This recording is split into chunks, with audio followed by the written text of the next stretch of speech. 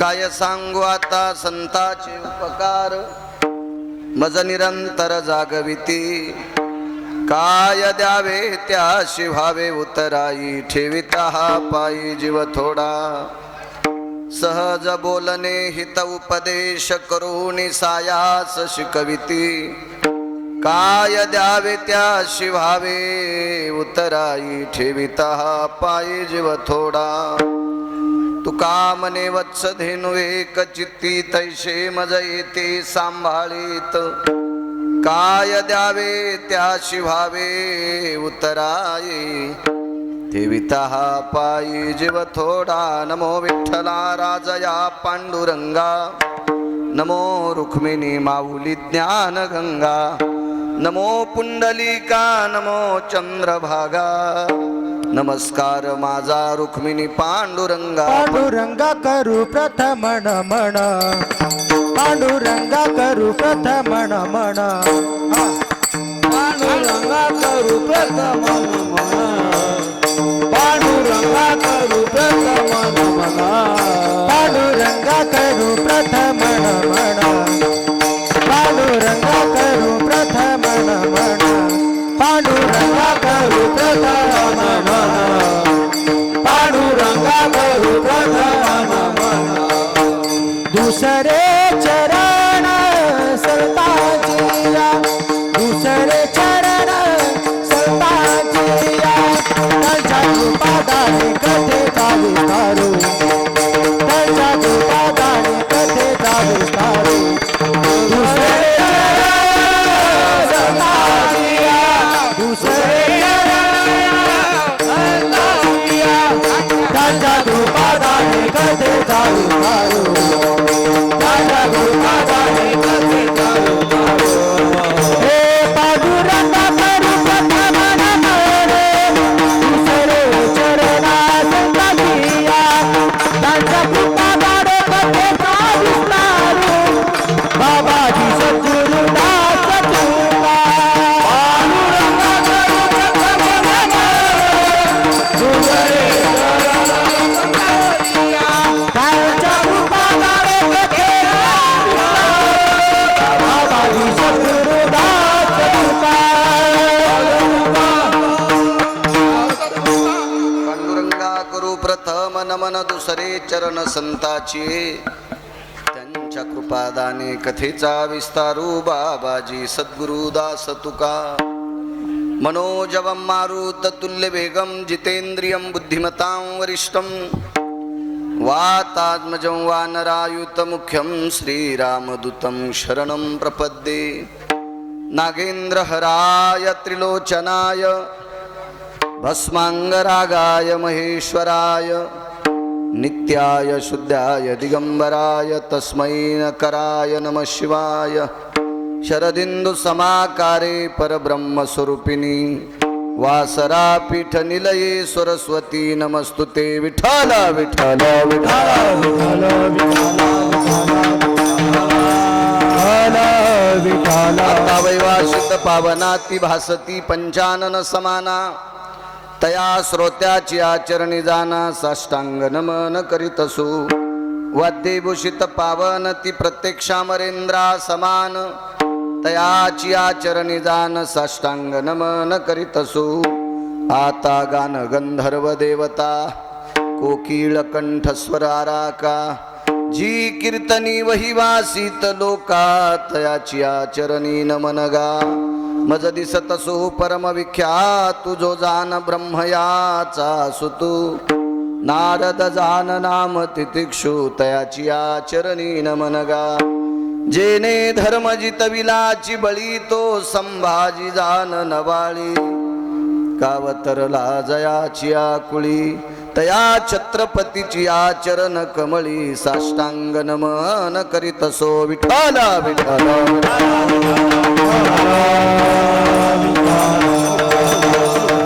आता विनो वाग्विलाशिनी, जे चातुर्यार्थ कला कामिनी.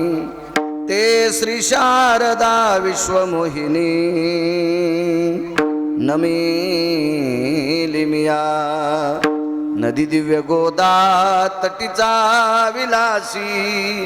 सदा प्रिय जो सज्जना वैष्णवाशी जया वर्णिता प्रेमात्यंत चित्ता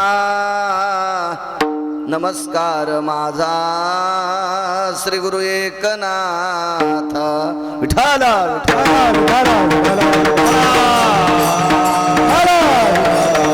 काय सांगू आता संताचे उपकार मज निरंतर जागविती काय द्यावे त्याशी भावे उतराई ठेविता हा पायी जीव थोडा. प्रस्तुत प्राप्त प्रसंग निवडलेला अभंग विश्वमान्य विश्वभूषण विश्वाधिकार विश्वप्रिय चिन्मयी स्वरूप असणारी अधिकार संपन्न साधू श्रीमंत श्री जगद्गुरु तुकोबराय यांचा प्राप्त प्रसंगी निवडलेला अभंग. विठाला विठाला प्राप्त प्रसंगी निवडलेला अभंग माझ्या देहूतील मालकांचा आहे. मालक या अभंगाद्वारे संतांचे उपकार प्रतिपादित करतात. विश्वाच्या पाठीवर सर्वोच्च उपकार कोणाचे असतील तर ती संतांची आहेत. उपकाराच्या याद्या खूपशा आल्यात, ज्यानं त्यानं प्रस्थापित केल्यात. आपोआपल्या मतानुसार उपकार मांडण्याची त्याच्या बुद्धिवादानं तो पराकाष्ठा प्रयत्न करत असतो. पण संतांच्या उपकारा इतके उपकार जगात कोणाचीच मोठी नाहीत. उपकार करणारी, तिळभर करून इळभर दाखवणारी अशी बरीच लोक सापडतील, व्यक्ती सापडतील. मी अमक्याचं असं केल्यामुळं त्याचं मोठं झालंय.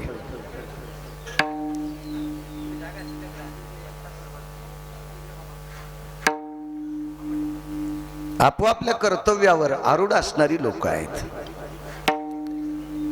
पण उपकार जर भारदस्त कोणाची तर ती संतांची आहेत. मुख्यतः सांगतोय देवाचे उपकार आहेत.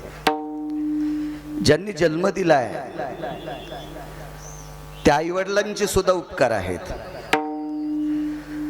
पण आई वडिलांचे उपकार आणि देवाचे उपकार संतांच्या उपकाराची बरोबरी करू शकत नाहीत. ह्या दोघांच्या उपकारापेक्षा संतांचे उपकार मोठे आहेत. केले उपकार सांगू मी काय बापन करी ऐसी माय घर बेटांचे देखिले पाय दिले अक्षय भयदान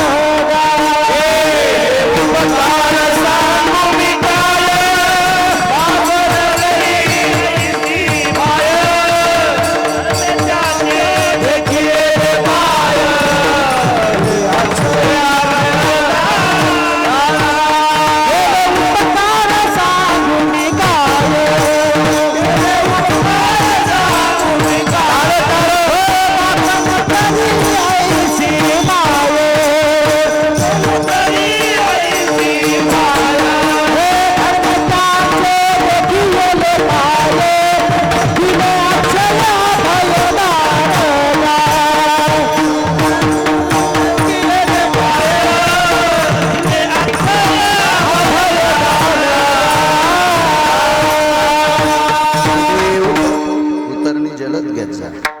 केले उपकार सांगू मी काय. बाप आणि माय जे करू शकत नाहीत ती संत करतात. देवात उपकार करण्याची ताकद आहे, पण त्याच्याकडे शंखेचं गाडगं आहे. ते कोणावर करत नाही. तो फार चतुर आहे. देव चतुर करत नाही. त्याला काही करण्याची ताकद आहे. विश्वाच्या घडामोडी करण्याची ज्याच्यात ताकद आहे त्याचं तुमचं भलं करायला त्याला किती वेळ लागणार आहे, पण तो करत नाही. का? तुमचा बायोडाटा बघून करतय ते. काय शिल्लक आहे तुमचं मागचं, तो या भावा सापडला. मागचं जे गाठोडे आहे त्या प्रारब्ध गाठोड्यानुसार तो तुमचं भलं करेल. गरजही नाही त्याच्याकडे जायची. तुमचं प्रारब्ध चांगलं असेल, मागचं कर्म चांगलं असेल तर तुमचं आपण मत भलं होईल. तो करत नाही. कधी कधी करत असताना उदारता दाखवली तर तो संतांकरता दाखवतोय. देव कोणावरही उपकार करायला तयार नाही. भक्ता राखे पायापाशी दुर्जनाशी संहारी भक्तावर प्रेम करतोय, भक्तावर उपकार करतोय, भक्तांचं भलं करतोय, भक्तांसाठी वाटेल ते करतोय, दुष्टाला मात्र कापत राहतो. सुदर्शन असेल, बाण असेल, गदा असेल, काय काय नाना तलवार असेल, हे सगळे आयुध घेऊन दुष्टांना संपवण्याच्या पाठी घेऊन या चक्र गदा हात धरला करीतो भक्ताराचे पाया माझी दुर्जनाची संहारी. घेऊन या चक्र गदा हाती धरला करीतो भक्ताराचे पाया माझी दुर्जनाची संहारी. सतत चक्र गदा सुदर्शन सगळ्या गोष्टी हे घेऊन दुष्टांचा संहार करतो आणि भक्ताचं पालन करतो. देव उपकार करत असताना फक्त भक्तावर करतो हे त्याच्याकडं गोडसं तत्व आहे, कोणावर करत नाही. आई वडिलांच्या बाबतीत पाहायला झालं तर आई वडील कोणावरही उपकार करत नाहीत, ते त्यांच्या लेकरावर करतात. आपुलियाचा कळवळा आणि का बाळावरी नाही. संसारातल्या लोकांना जर विचार केला, मी सुद्धा प्रापंचिकच आहे, संसारिक आहे. आपण लग्न करणारी सगळी माणसं आपल्या संसारासाठी बेजार होतो, आपल्या अपत्यांकरता बेजार होतो, आपल्या रक्ताच्या नात्यातल्या लोकांकरता बेजार होतो. आपण दुसऱ्यांकरता बेजार होत नाहीत. म्हणून संतांची बरोबरी आपणही करू शकत नाहीत, संतांची बरोबरी देवही करू शकत नाही. संतांचं जीवन काय, देवाला एखाद्या वेळेस जर तुम्ही काकुलती आले पाप करून, मी केलं तुम्ही केलं, आपण पाप केलं आणि देवाला जर काकुलती आलोत आणि देवाला सांगितलं, देवा खरा नाही एवढ्या वेळेस माफ, बरं आता मी असं करणार नाही, बघा ना माझ्यावर कृपा करा, तर भगवंत चित्रगुप्ताला विचारून त्याचा बायोडाटा पाहतील आणि ते बायोडाटा बघितल्याच्या नंतर भगवान सांगतील, मूर्खा भरपूर घाण आहे तुझ्याकडं, ही एवढा गर्दा जाळायची ताकद माझ्यात नाही, हे फार प्रारब्ध तुझं पापी आहे. कारण देवानं स्वयं सांगितलं, कधी कधी प्रारब्ध मला चुकत नाही जीव दशेला आल्यावर, तुला कसं चुकन. पण संतांच्या बाबतीत तसं नाही पुरंदास स्वामी. संत समोरच्या व्यक्तीचा बायोडाटा घेऊन चुरगाळून विस्त्यात टाकून त्याचं भलं करतात, ती संत. धरिती देहाती संत कृपावंत पायी पंढरीनाथ लळा त्यांचा. धरिती देहाती संत कृपावंत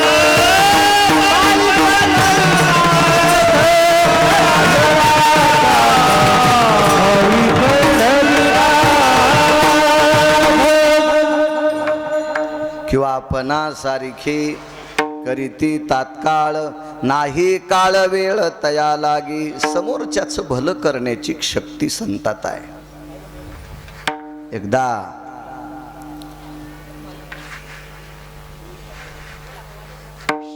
मोठ्या श्रद्धेने मोठ्या भावयुक्त अंतकरणाने, मला असं वाटतं इकडंच चटई टाका, आता बसत नाहीत, तिकडची तिकडं बसवा, त्या बसवा, इथली इथं सरका, माणसं पुढं सरका, इथं बंद करा तो रस्ता, आता सरका, बसू द्या तिकडची तिकडं पाठीमागे सरका. दादा महिला मंडळी इकडे येऊ देऊ नका, आता तिकडेच बसू द्या. काय नाही, वाट करा, बंद करा ती वाट. करा बंद ती वाट. जाता येत नाही तो आता, किती वेळ, मग बाबाजी आल्यावर सरकू आपण लोकांना. त्या महिला बसवा तिथली तिथं आता. विठाला विठाला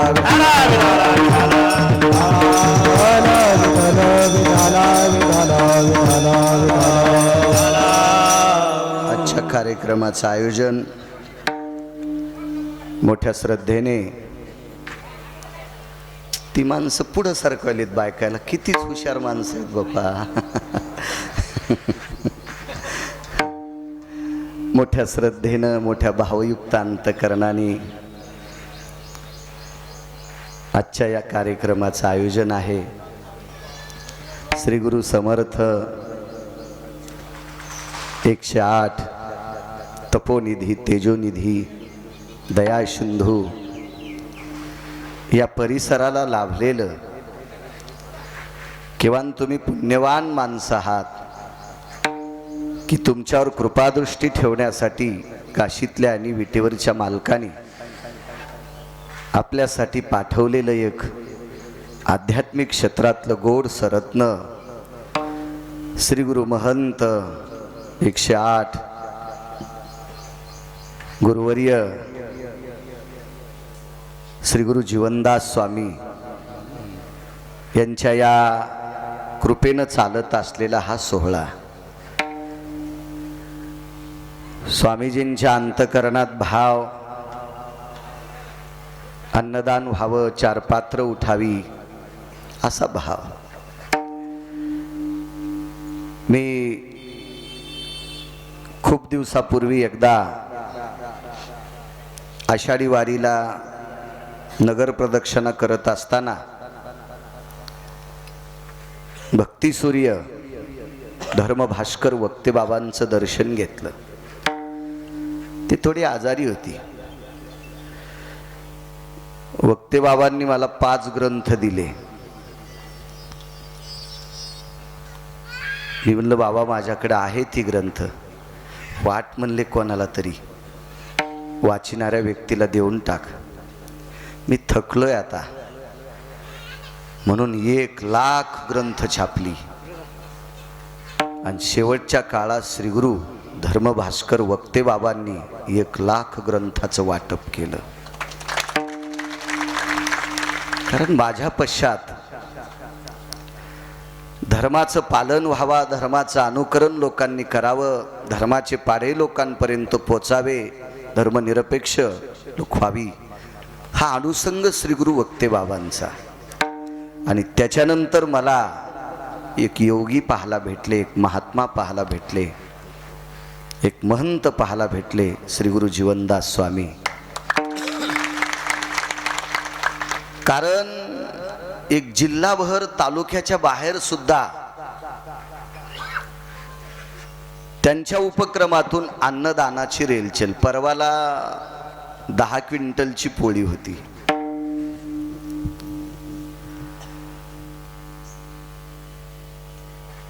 ती पातेले पाहिल्याच्या नंतर मी मुद्दाम श्री गुरु पुरंदास महाराजांना घेऊन गेलो की ते पातेली इतकी मोठी होती वरणाची. काय श्रद्धा आहे, किती भाव आहे, किती प्रेम आहे, हा त्यांनी तुमच्यावर केलेला कृपेचा वर्षाव आहे. आणि ती श्रद्धा, ही पोच पावती निमूटपणे समोर दिसल्या जाते. अन्नदान व्हावं, 4 पात्र उठावी. आणि विश्वात सर्वात मोठं दान कोणतं असेल तर अन्नदान आहे. तुम्ही पैसे दान दिल्याच्या नंतर त्या पैशाचं एखाद्या वेळेस एखादा व्यक्ती चुकीचं काम करू शकतो. द्रव्य पात्र विचारून सर्वाभूती द्यावे अन्न, द्रव्य पात्र विचारून. पैसे देत असताना मात्र त्याचा अधिकार बघून द्यायचा. अन्नदान मात्र कुण्याही व्यक्तीला करा, कुण्याही जातीच्या माणसाला करा, तो चुकीचा आशीर्वाद देऊ शकत नाही. त्याचं तोंड जरी ताब्यात नसेल तरी त्याचं अंतःकरण मात्र तुम्हाला आशीर्वाद देते. ही अन्नदानाची पोच पावती आहे. आणि तो भाव श्री गुरु जीवनदास स्वामींचा. आणि म्हणून हे अन्नदान व्हावं. मी टेकतो न टेकतो, फेटा बांधतो न बांधतो की लगेच एका गावचा फोन. तिथेही आता अन्नदानाची तयारी. बाभूळ गावला सुद्धा, परवाला वाखारीला होतो, आज चुडावा ग्रामस्थांच्या वतीने. बरोबर. खरं तर हे भक्तिसूत्राच्या माळेतलं मणी असलेलं गाव आहे की तुम्हाला फारशी संगती, फारसा लाभ, फारशी कृपा, दर्शनाचा योग जास्तीत जास्त तुम्हाला चुडावेकर मंडळींना स्वामीजींचा आला.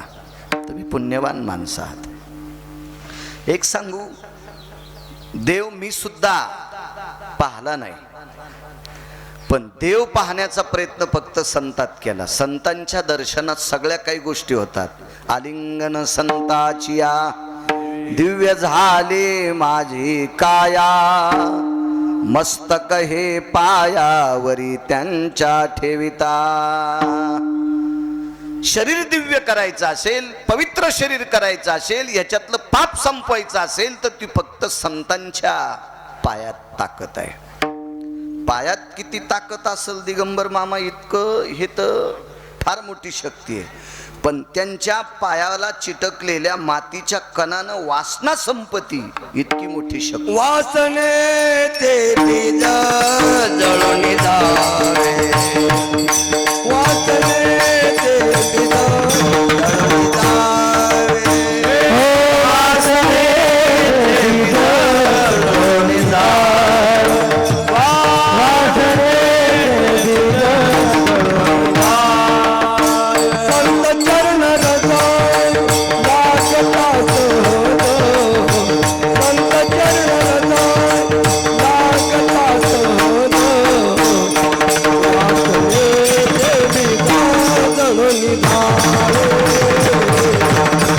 वासने ते बीज जळून जावे.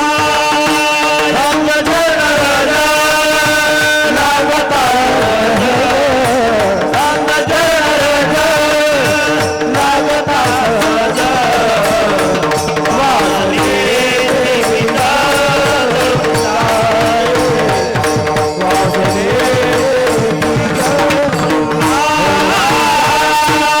संत चरण रज लागता सहज वासनेची बीज जळून जाय. सर्वात मोठी घातक आणि जीवन मातीत घालणारी क्रिया कोणती असेल तर दीपक बाबा ती वासनेची क्रिया आहे. आणि ही वासना संपवायची ताकद संतांच्या पायावर पडलेल्या मातीत आहे, रजकणात आहे. तर दर्शन घेतल्यावर किती पुनीत होताल. अशा एका पवित्र शुद्धांतकरणी सदाचारी सात्विक आचरणशील अशा एका महात्म्याचा हा सोहळा आहे, उत्सव आहे. त्यांच्या अंतकरणातला भाव हा अन्नदानाचा उत्सव आहे. त्या श्री गुरु महंत 108 जीवनदास स्वामींच्या चरणी नतमस्तक होतो. परवाच्या आणि आजच्या तारखेच्या संदर्भात पुरंदास स्वामी संपर्क करत होते. खूपसा आग्रह शक्यतो होईल तिथपर्यंत मी त्यांचं टाळत नाही. परवाच्या कीर्तनाला यायला पंढरपूरच्या वारीला दर महिन्याला असतो. मला ते म्हणले रात्रीच निघा. एकादशीच्या नंतर मग मी रात्री निघलो आणि द्वादशीचं कीर्तन वाखारीचं केलं. त्यांचं खूप आग्रह होता आणि मला एक आनंद की एका साधूला एवढी मोठी अन्नपूर्णेची ज्यांच्यावर कृपा आहे अशा पवित्र संतांच्या उत्सवात कीर्तन करण्याचा योग येतोय. ते माझं सुद्धा परम भाग्य आहे. विठाला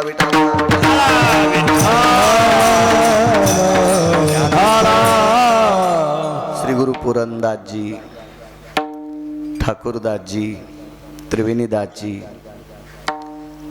बाबाजींच्या सेवेत परवाला सुद्धा होती, आजही आहेत. आज आदरणीय हरिभक्तीपरायण आमचे पांचाळ बाबा सुद्धा आले, त्यांनाही प्रणाम करतो. ज्यांनी नर्मदा परिक्रमा केली असे आमचे बेले मामा सुद्धा आहेत. आदरणीय श्रीमद भागवत कथा, रामकथा, कीर्तन, वारकरी संप्रदायाचा, सनातन संस्कृतीचा प्रचार महाराष्ट्रभर ज्यांच्या मुखारविंदातून होतो असे वेदशास्त्र संपन्न माझ्यावर अतूट प्रेम करणारे श्री गुरु दीपक महाराज सुद्धा आहेत, त्यांनाही प्रणाम करतो. आणि पंचक्रोशीतली सर्व ज्येष्ठ श्रेष्ठ व्यापार क्षेत्रातली, शैक्षणिक क्षेत्रातली, राजकीय क्षेत्रातली, आध्यात्मिक क्षेत्रातली, वैद्यकीय क्षेत्रातली, माझा शेतकरी राजा, हे सर्वजण मोठ्या श्रद्धेनं समर्थ सद्गुरू जीवनदास स्वामींचं दर्शन घेण्यासाठी तुम्ही या प्रसादासाठी धाव घेत आलात. तुम्हा सर्वज्ञ श्रोत्यांच्या चरणी साष्टांग प्रणिपात करतो. दिगंबर मामा असतील, वैद्य महाराज असतील, आदरणीय ज्यांनी गोडसं प्रमाण म्हणलं परवालाही हजर होते आमचे शंकर माऊली असतील, मामा असतील, आदी करून अक्रूर पाटील, देवराव काका आदी करून ही सर्व जी मंडळी, सर्वांना प्रणाम करतो. काय उपकार आहेत संतांचे.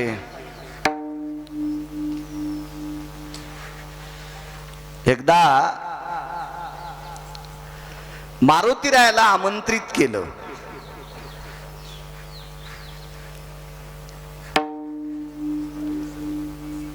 एका संतांनी आमंत्रित केलं. संतांना यावं लागतंय तुम्हाला आमच्याकडे. ठीक आहे म्हणले, येतो मी. मारुतीराय तिथं पोहोचल्याबरोबर मारुतीरायांचा अशी काही सेवा वगैरे त्यांनी जीवनात कोणाकडून घेतलीच नाही, कारण मारुतीराय स्वतःला सेवक समजितात. त्याच्यामुळं ते कोणाकडनं सेवा घेत नव्हते. मारुतीराय स्वतःला महाराज म्हणून घेतले असा मला एखादा पुरावा दाखवा. सेवक हा पुरावा वृंदाजी खूप आहे.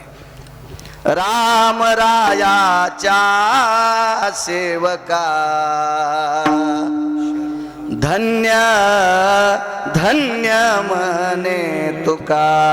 सेवेचा प्रकार जाणे हनुमंत.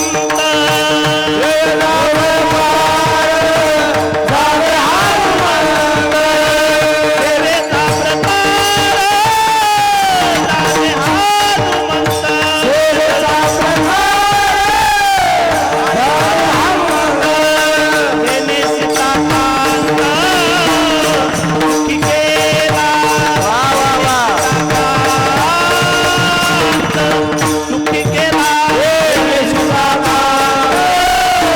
सुखी केला. सुखी केला.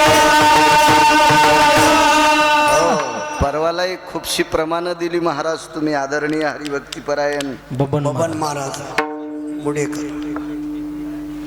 मुडीकड. वा, खूप त्या दिवशी सुद्धा प्रमाण. पाठांतर छान आहे, गरज आहे लोकांची. अशा कीर्तनकार शिस्तीत राहतात अशी पाठांतर करणारी लोक असली की, नाहीत मग ते गाण्यावर चपका हाणतात. विठाला विठाला.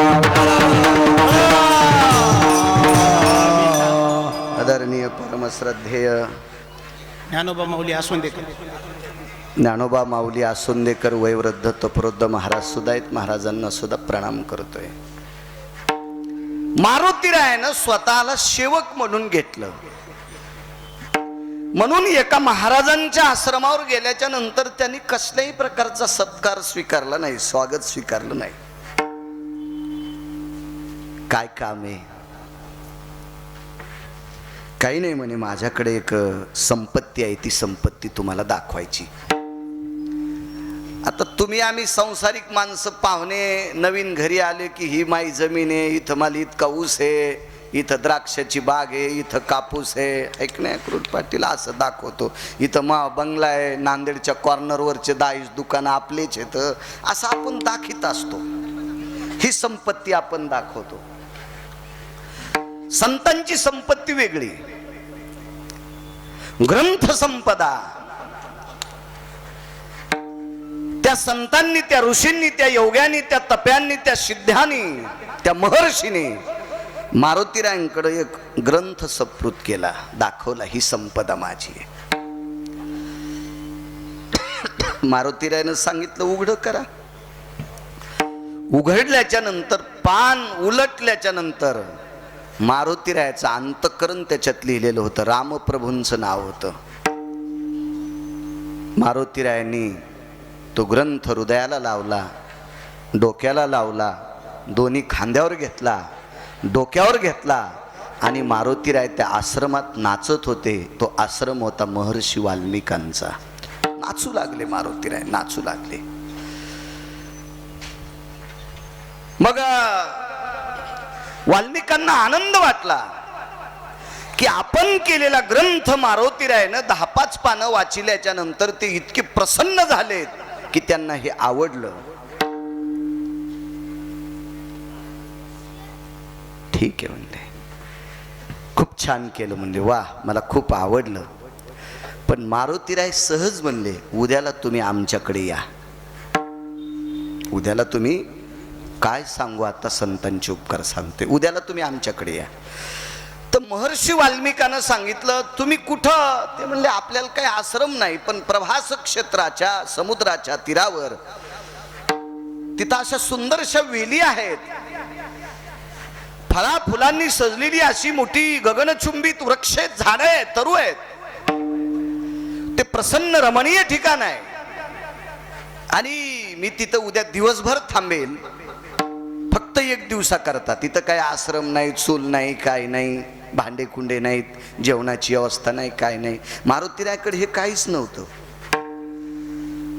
कारण क्रतात्रेता युगातल्या वारकऱ्यांचा विचार केला तर त्यांच्याकडे भाजीपोळीचा विषयच नव्हता. पाला खावोनी या वाहिले पर्वत, पाला खावोनी या वाहिले पर्वत,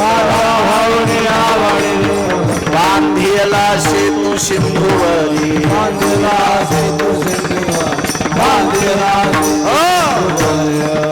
काम केलं तरी पालाच खाल्ला आणि भजन केलं तरी पालाच खाल्ला. येऊनी जन्मला केवळ वनीचे वनचर,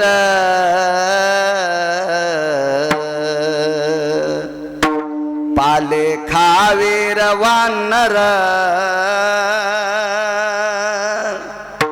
चारी मुक्ती त्यांच्या किंकर, सवे सुरवर वंदिती.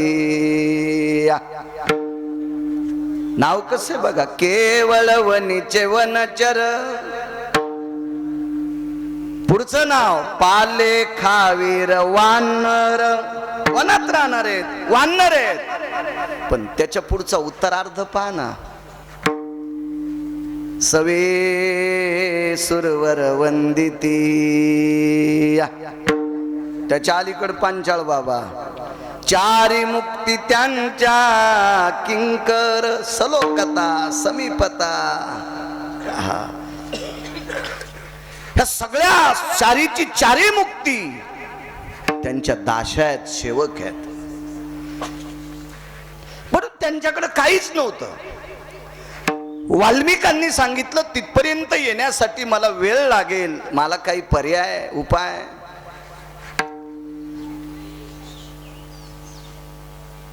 पुरंदासजी मारुतीरायनं काही खांद्यावर घेतलं नाही. कारण काही लोकांचे खांदे काही लोकांच्या पाठी इतक्या पवित्र होत्या की त्याच्यावर कोणालाही बसू दिलं नाही. गरुडानं कोणालाही पाठीवर बसू दिलं नाही. नाही नाही, मारुतीराय शक्तिशाली होते पण कोणालाही खांद्यावर घेतलं नाही, ठराविक लोकांनाच. हो, आपल्या शक्तीचा, आपल्या बुद्धीचा, आपल्या संपत्तीचा, आपल्या व्यापकतेचा फायदा एखाद्या सर्वसामान्यांना व्हावा, पण हलकटाला होऊ नये, नालायकाला होऊ नये, बुजदिलाला होऊ नये, धर्मभ्रष्टाला होऊ नये, याची मात्र दखल घेतली पाहिजे. विठाला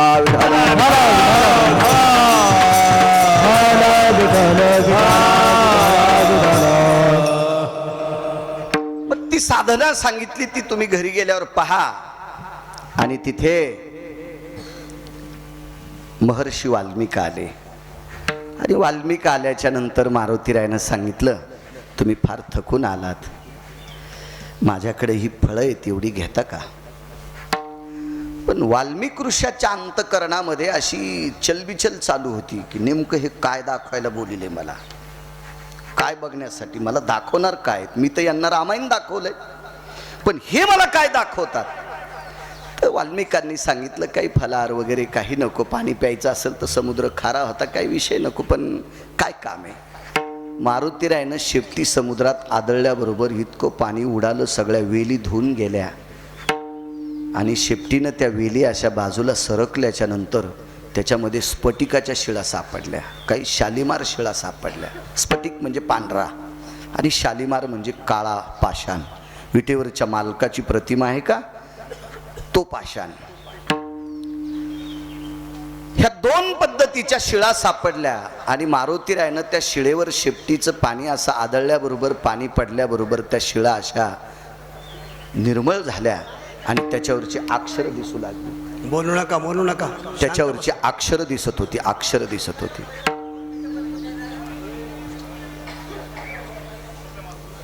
कोणी हात लावायचा नाही बरं का, दुरून नमस्कार करा. आजारी आहेत स्वामीजी, आपल्या हातानं संसर्ग होतो, कृपया नकोय, हात लावू नका. तुम्ही बघितलं तरी खूप छान. सरदार सरकार. जय जय राम कृष्ण हरी, जय जय राम कृष्ण हरी, जय जय राम कृष्ण हरी, जय जय राम कृष्ण हरी, जय जय राम कृष्ण हरी, जय जय राम कृष्ण हरी, जय जय राम कृष्ण हरी, जय जय राम कृष्ण, जय जय राम कृष्ण हरी.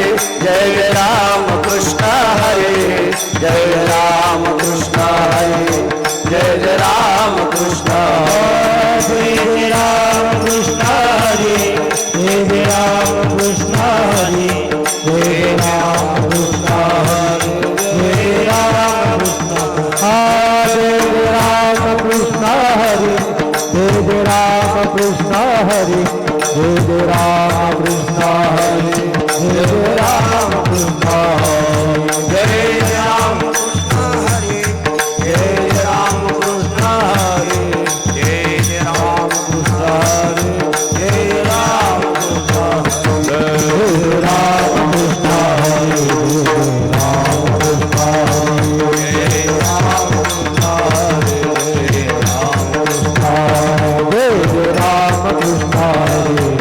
राम बाकीचे बसा, बाकीचे बसा. जय राम कृष्ण हरी,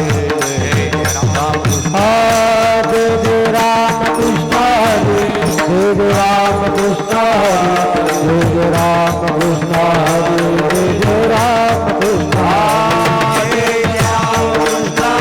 जय राम कृष्ण हरी, जय राम कृष्ण हरी, जय राम जय राम कृष्ण हरी, जय राम कृष्ण हरी, जय राम कृष्ण हरी, जय राम कृष्ण हरी, जय राम कृष्ण हरी, जय राम कृष्ण हरी, जय राम. थोडासा पंखा असा उचलून धरा, हवा लागेल. बाकीचे बसा खाली, बसा बसा, बस बस बस, असू द्या बसू द्या. आज उष्णतेची जास्त तीव्रता आहे, जेवढा वेळ बसता येईल तेवढा वेळ बसू द्या.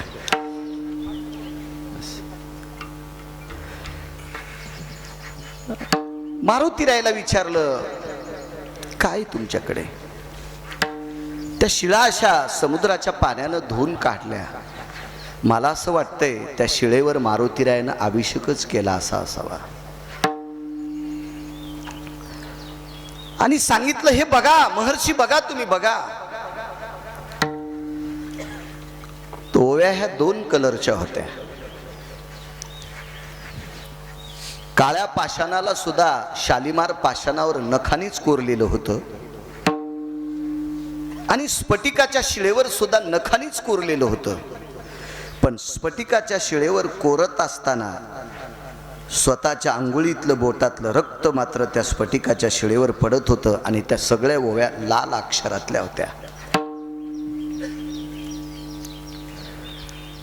त्या मर्यादा पुरुषोत्तम रामचंद्रांविषयी प्रेम व्यतीत केलेल्या ओव्या होत्या. महर्षी वाल्मिकांनी मारुतीरायनं लिहिलेल्या रामायणातल्या 10-15 ओव्या वाचिल्याच्या नंतर महर्षी वाल्मिकांच्या जटेतनं पाणी पाझरायला सुरुवात झालं. दीपक बुवा, गुरु, पाणी पाणी. आश्चर्य वाटलं की मारुतीरायनं केलेल्या रामायणातल्या 4-5 ओव्या पाहिल्याच्या नंतर आपण केलेले रामायण विश्वात कोणीही वाचिणार नाही, कोणीच वाचिणार नाही, कोणीच नाही. मारुतीरायचं रामायण लिहिलेलं असल्याच्या नंतर दुसरं कोणाचं रामायण कशाला कोणी वाचविल?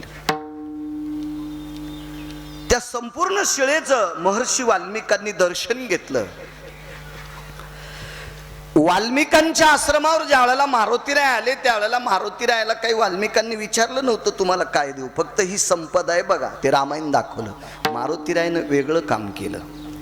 मारुतीराय महर्षींना म्हणले, माझ्याकडे काही आश्रम नाही, काय नाही, पण इथपर्यंत तुम्ही बेजार होऊन आलात, पण आता मी तुम्हाला काय देऊ, काय देऊ तुम्हाला मी आता, काय देऊ? महाराज वाल्मिक हुशार होते, बुद्धिवादी होते.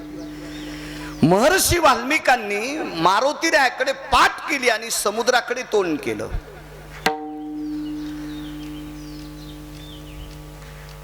आणि त्या सागरामधूनच लक्ष्मीची प्राप्ती आहे.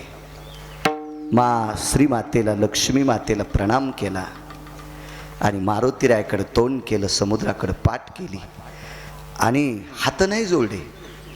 महर्षी वाल्मिकांनी आंजोळी केली, अशी वंजळ केली, मला एक देऊन टाका. काय देऊ? काय? मी परवाला तुम्हाला दाखवलेलं रामायण, चंद्र सूर्य तोपर्यंत जिवंत राहावा. मी जे तुम्हाला परवाला रामायण दाखवलंय का, हे चंद्र सूर्य तोपर्यंत जिवंत राहावा. संतांचा आशीर्वाद किती मोठा असतो पाहना. मी तुम्हाला सांगितलं, देव सुद्धा करू शकत नाही, मायबाप सुद्धा करू शकत नाही. कोण्या मायबापाला वाटत नाही आपलं पोरग कलेक्टर व्हावा, प्रयत्न करत नाहीत काही वडील, करतेत, पण त्याच्यातल्या प्रारब्धातलं पाप संपवायची ताकद मायबापात नाही बेले मामा. पांचाळ बाबा, मायबाप प्रारब्धातलं पाप संपू शकत नाहीत, देव प्रारब्धातलं पाप संपू शकत नाही. कारण जीव दशेला आल्यावर देवाला सुद्धा तेच नियम आहेत, श्री तेच नियम आहेत, तेच नियम आहेत.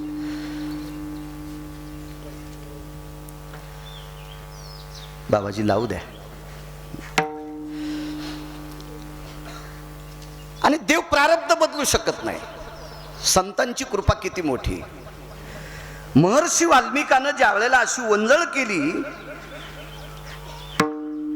चंद्र सूर्य तोपर्यंत माझं रामायण लोकांनी वाचावं, म्हणजे नाव जिवंत राहावं, हे वाल्मिकानं मागितलं.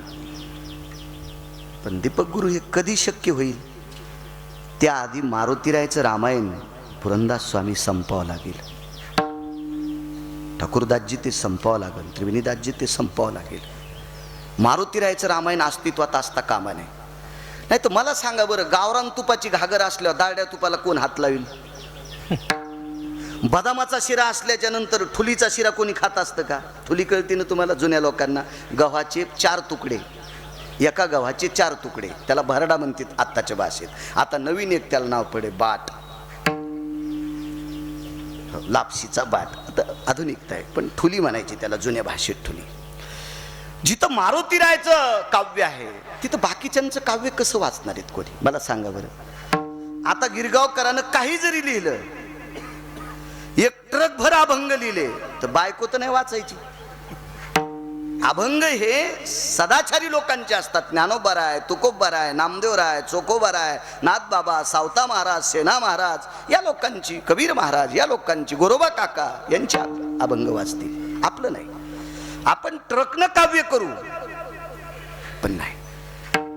मारुतीरायनं विचार केला, एक संत आपल्या घरी आले तर आपल्याला मागणी मागते ही पूर्ण करावी लागते. आणि मारुतीरायनं उदात्त अंतकरणाने सगळ्या शिळा शेपटीला बांधल्या आणि सागराला सांगितलं, एक लक्षात ठेव, एवढ्या शिळा पोटात ठेव, पोटात. कारण समुद्राकडे अहंकार होता, म्हणून समुद्र रामायणाच्या प्रति डोक्यावर ठेवायची योग्यता सागरात नव्हती. अहंकार आहे, अहंकार आहे, खाली ठेवावा. तर समुद्रानं सांगितलं, माझ्या पायापाशी रामायणाच्या प्रति राहावा, मी एवढा योग्य नाही, मी इतका लायक संपन्न नाही. आणि डोक्यावर घ्यावा, माझ्याकडे अहंकार आहे, म्हणून मी पोटात ठेवतो. आणि मारुतीरायानं त्या सगळ्या रामायणाच्या प्रति, म्हणजे शिळेवर लिहिलेलं रामायण, हे सगळं सागराच्या पोटात टाकून दिलं. आणि उदात्त अंतकरणाने महर्षीला सांगितलं, चंद्र सूर्य येतोपर्यंत तुमचं रामायण जिवंत राहील. वाक्य लक्षात आलं का याचा सिद्धांत? मारुतीरायानं स्वतः लिहिलेलं रामायण जर समुद्राच्या पोटात दिलं नसतं तर वाल्मिकानं लिहिलेलं रामायण कोणीही वाचिलं नसतं. महर्षी वाल्मिकाचा पुरुषार्थ चंद्रसूर्य आहे तोपर्यंत गाजावा, याची एकमेव ताकद कोणाची असेल, एकमेव उपकार कोणाचे असतील तर ते मारुतीरायाचे आहेत. म्हणून देहूतले मालक पहिल्या कडव्यात काय सांगू आता संतांचे उपकार, काय सांगू आता संतांचे उपकार, काय सांगू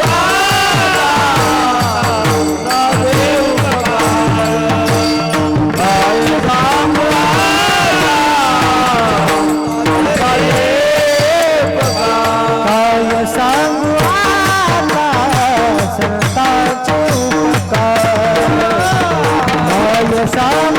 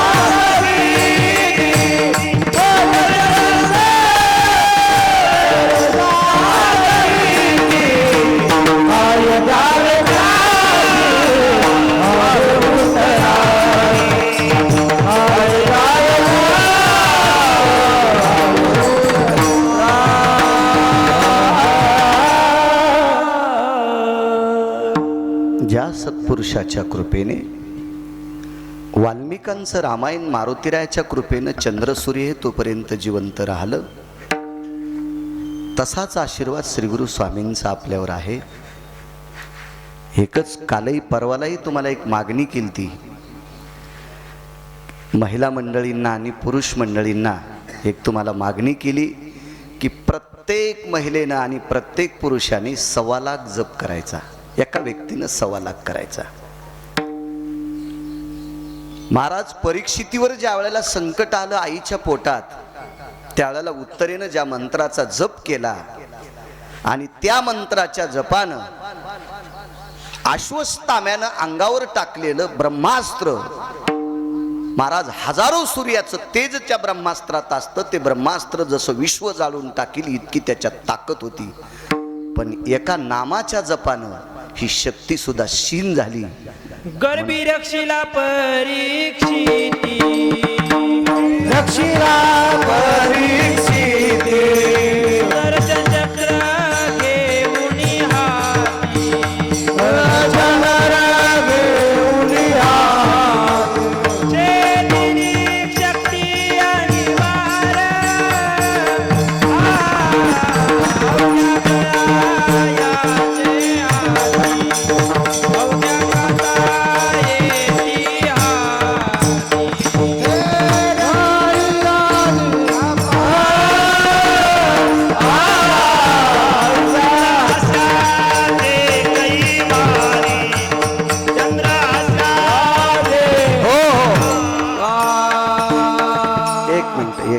म्हणून एकच मिनिट, हे बसा, जागा बसा. परवाला जशी विनंती केली तशी एक तुम्हाला हात जोडून विनंती करतो. सत्पुरुषांना आयुष्य प्राप्त फक्त समाजाच्या सेवेकरता, तुमच्या उद्धाराकरता लागतं.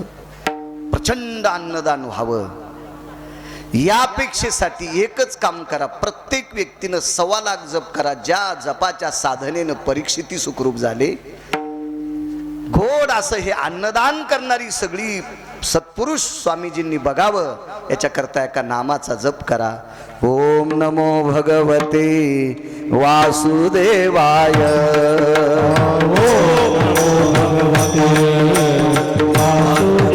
वासुदेवाय, ओम नमो भगवते वासुदेवाय, ओम नमो भगवते वासुदेवाय, ओम नमो भगवते वासुदेवाय,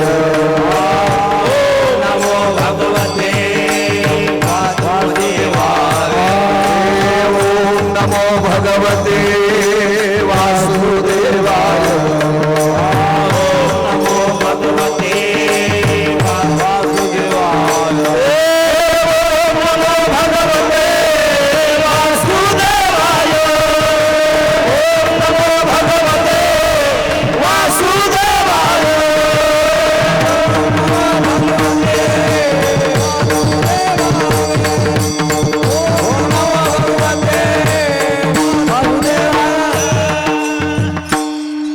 या नामाचा जप श्री गुरु महंत 1008 कृपानिधी आपल्या सर्वावर प्रेमाचा वर्षाव करणारं आध्यात्मिक क्षेत्रातलं सनातन संस्कृतीतलं उदासीन आखाड्यातील एक पवित्र रत्न श्री गुरूंच्या,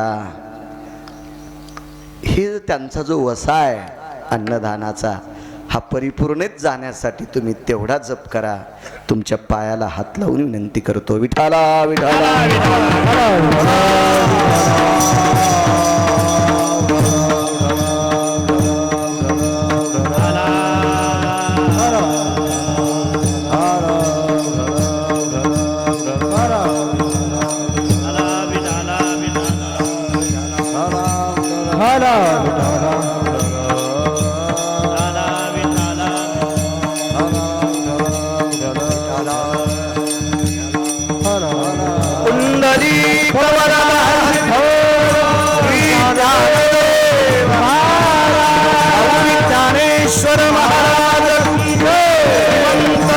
जगद्गुरु महाराज श्री वनादास महाराज की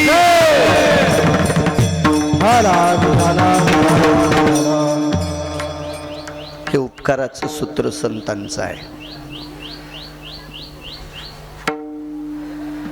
अगोदरच एखाद्या कूलरची व्यवस्था करायला पाहिजे होती. म्हणजे आणि आपल्याला गरमी होती, त्यांना श्वासाचा आजार आहे, त्याच्यामुळे त्यांना एखादं कूलर पाहिजे होतं त्यांच्यासाठी. विठाला विठाला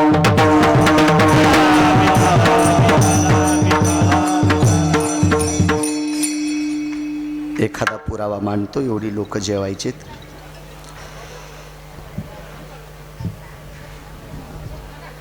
या विश्वामध्ये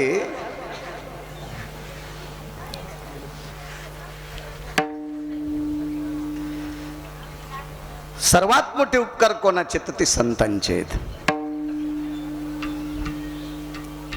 आपण ज्या जिल्ह्यात राहतो का, त्या जिल्ह्यामध्ये अधिकारी माऊली जन्माला आल्या. बोलू नका.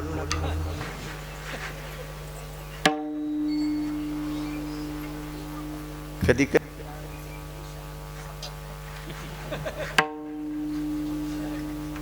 विठाला विठाला विठाला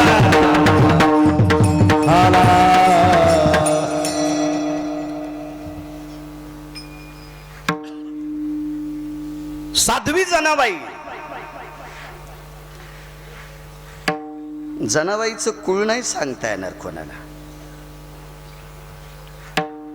त्या कोण्या वंशातल्या होत्या, कोण्या कुळातल्या होत्या, कारण आपल्याला काही घेणं देणं नाही त्याच्याशी. आपल्याला भंगिऱ्याशी घेणं देणं आहे.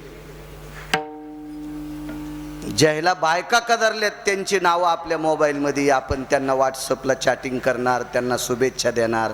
हरामखोरायला, नालायकायला चांगली आपल्याला लक्षात ठेवता येत नाही. जनाबाई ह्या चारू वळणाराच्या कुळातल्या होत्या. चारू चारू हा पुरातन नाव आहे. त्याच्यानंतर चारूला नाव आलं नाडा. मोठीला जे नाडा वळायचे का, या कुळातल्या होत्या. मग आता ती कोण्या कुळातली लोक वळीत होते ते घरी गेल्यावर जरा डोक्याला घासान तपासा. त्या कुळातल्या फार कमी वयामध्ये पंढरपुरात विसरून राहिल्या, घरच्यापासनं हरवल्या, किंवा घरची कोणी नाहीत, असं काय समजायचं ते समजा.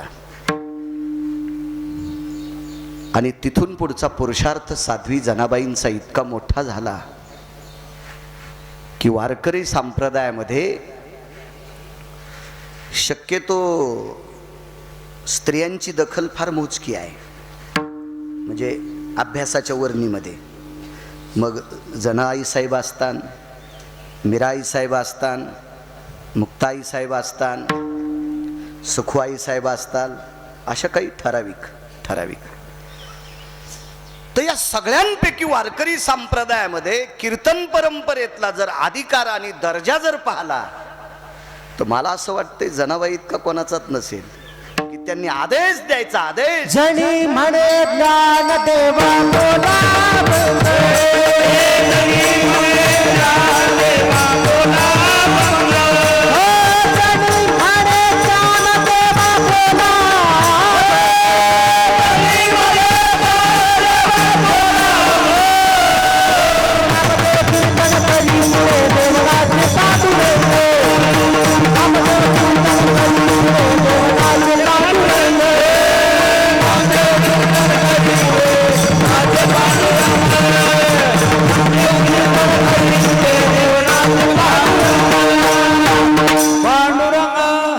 कोणाला म्हणायच्या जनाबाई? कोणाला? माऊली महावैष्णव 56 भाषेचा केला शे गौरव. काय ताकद महाराज. महिषी पुत्रामुखी आदेश दिला. आदेश बोला बंग बोला बोला. काय पुरुषार्थ पुरंदाची. ज्ञानोबरायांनी ऐकावं. काय मोठा अधिकार जनाबाईंचा. एकट्याच होत्या त्यावेळेला. अशा कीर्तनात पलीकडे उभं राहायच्या.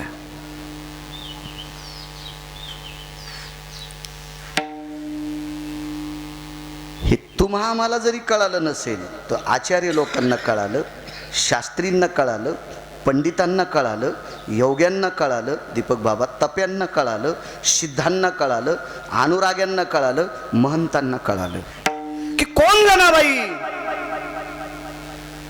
एवढा मोठा अधिकार. अधिकाराचं परिपत्रक काढलं तर मला वाटतंय घोंगडी एवढा जरी कागद घेतला तरी जनाबाईचं परिपत्रक अधिकाराचं लिहिता येणार नाही. इतके मुद्दे, इतके मुद्दे. नामयाची जनी कोणतीये भाव, जेवी पंढरी रावतीये सवे. देव जेवायचा, देव देव देव जेवायचा.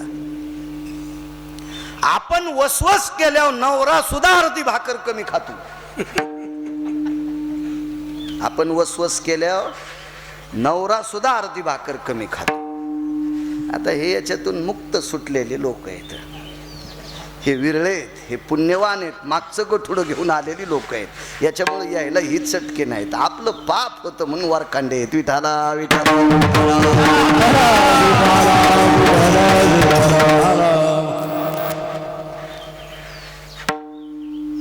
उत्तर भारतामध्ये आनंद आश्रमावर एक वार्ता गेली, म्हणे जनाबाईच्या उफल्या विठ्ठल विठ्ठल म्हणतात, कवऱ्या कवऱ्या विठ्ठल म्हणतात. आपल्या संप्रदायात, त्या वारकरी संप्रदायात फार मोठी शिद्धत आहे. श्रीमंत श्री चोखोबारायचा अधिकार पाहायला गेलं तर चोखोबारायच्या आस्ती सुद्धा विठ्ठल विठ्ठल म्हणत. नामदेवे आस्ती आणल्या पारखोनी, घेत चक्रपाणी पितांबरे. त्या आस्ती विठ्ठल म्हणायच्या. चला, एका वारकऱ्याच्या आस्ती होत्या, वारकऱ्याची हाड आहेत, पण गौऱ्या विठ्ठल म्हणत होत्या. गौऱ्या. ज्या वेळेला शास्त्री, आचार्य, पंडित ही जी लोक होती का, ही भयानक विद्वान लोक होती. पंजाबमध्ये एक विद्वान व्यक्ती होता, त्याला चारीची चारी वेद पाठ होते. चारीची चारी वेद, पूर्ण वेद पाठ. 2 आख्यायिका आहेत. एक जण म्हणे वेद मागण्यासाठी कोणीतरी आला आणि त्या व्यक्तीला वेद मागितल्याच्या नंतर मग आपल्याला काय, मग त्याला सांगितलं सकाळी देतो, सकाळी देतो म्हणून वेदाचं पान वाचायचं आणि हवनकुंडात टाकायचं.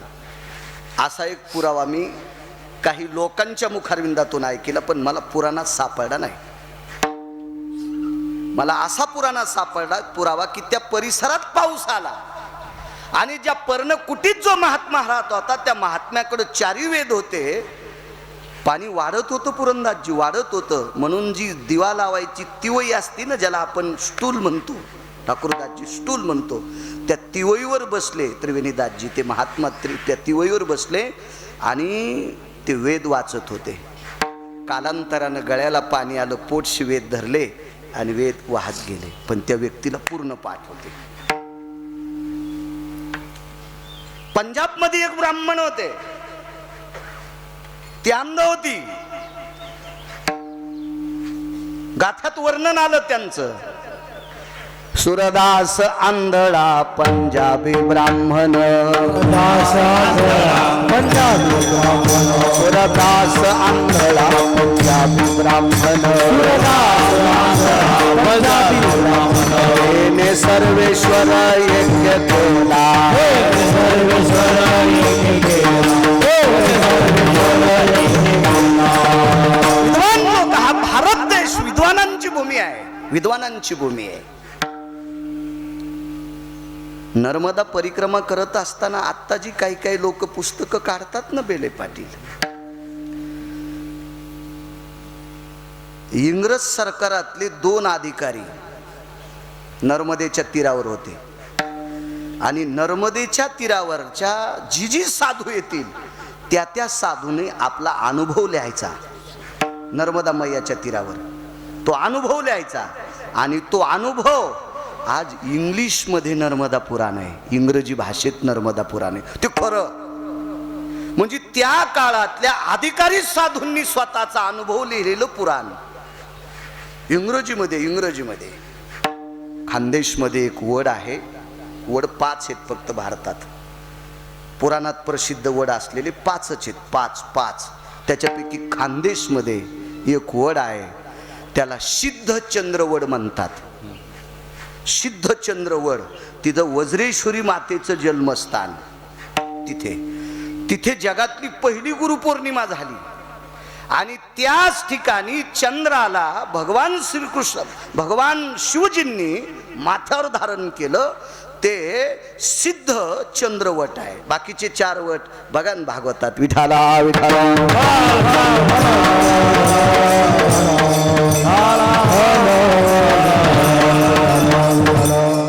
अधिकारी पुरुष आहेत.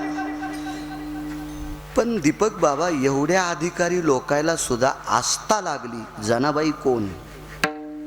कोण जनाबाई? अक्रोड पाटील जनाबाई कोण? कोण जनाबाई? कारण काही लोक पुरंदासजी इतके विद्वान होते की ग्रंथ वाचिता वाचिता त्यांच्या बोटाचे कांडे उघडले होते. कांडे. ठाकूरदासजी किती अभ्यास केला असेल त्यांनी? किती अभ्यास केला असेल? किती अभ्यास? अभ्यासाच्या बाबतीत जर आपल्याला कस लावायची मशीन जर एखादी घेतली, ती मशीन असावा की महाराजाला कीर्तनकाराला किती अभ्यास आहे, ती छातीला लावल्याबरोबर मला वाटते मशीनच जळून जाईल. विठाला विठाला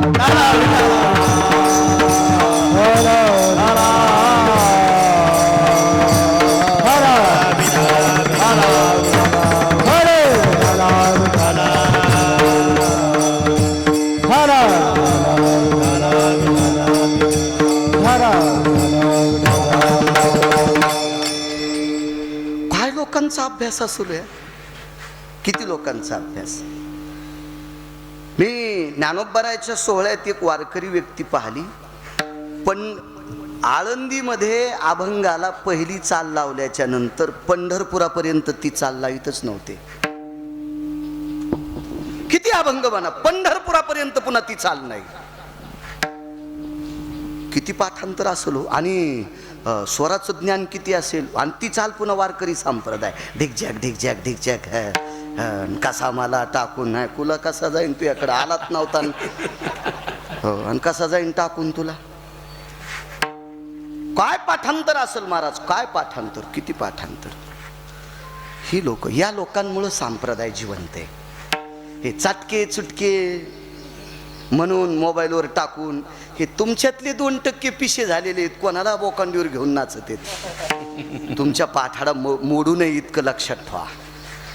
हो, आचरणशील लोकांना दंडवत करत जा. महाराज ज्या रत्नानं आचरणात जीवन घासले अशा श्रीगुरु जीवनदास स्वामींच्या चरणी नतमस्तक होत जा. कारण आपल्या डोक्यातला गर्दा तरी निघून जाईल हा पापाचा. चांगल्यांच्या पुढे नतमस्तक होत जा. चला, एवढे आचार्य पंडित उत्तर भारतातले दक्षिणेतली ही सगळी लोक एकत्रित जमा झाली आणि एका वारकऱ्याकडे गेली. तिकडे एक वारकरी होते. ते वारकरी होते कबीर. कबीराकडे गेले आणि कबीरांना विनंती केली. बोले जना नामक कोई तो साध्वी है?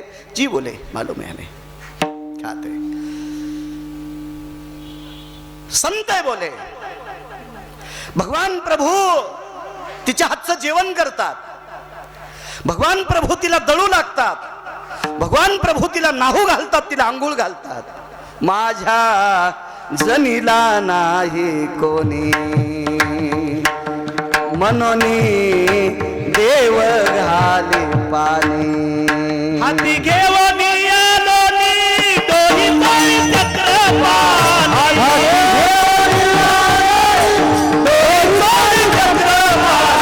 हाती घेऊन आलो नी दोही पाय चक्रपाल.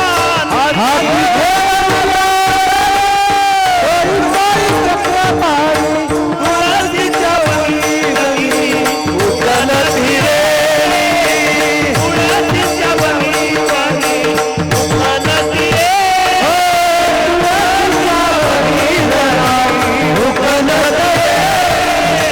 तुळशीच्या वनी उतरती रे.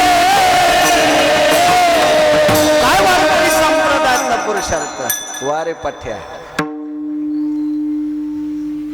हा वारकरी देव के सुकलायचा देव. मला वाटतं इथे एक संस्था तुम्ही चालवता, वैभव महाराज वारकरी शिक्षण संस्था आहे. वा, मुलांची का मुलींची? मुलांची. वा, छान. नाही कोणाची टाकली तरी छान. काय विषय, आपण कोण त्याच्यात काही बोलणार. इथून पुढे 50% कीर्तनं मुलींची होतील, 50% कीर्तनं पुरुषांची होतील. लोकांच्या मतावर, तुमच्या आमच्या मतावर काय. एक आमचा मित्र म्हणला जिथे ते कीर्तन असेल मला तिथं घ्यायचंच नाही. लोक म्हणले तुझंच घ्यायचं नाही.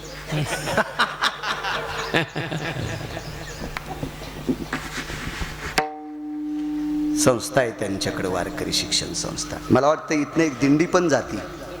हो, मला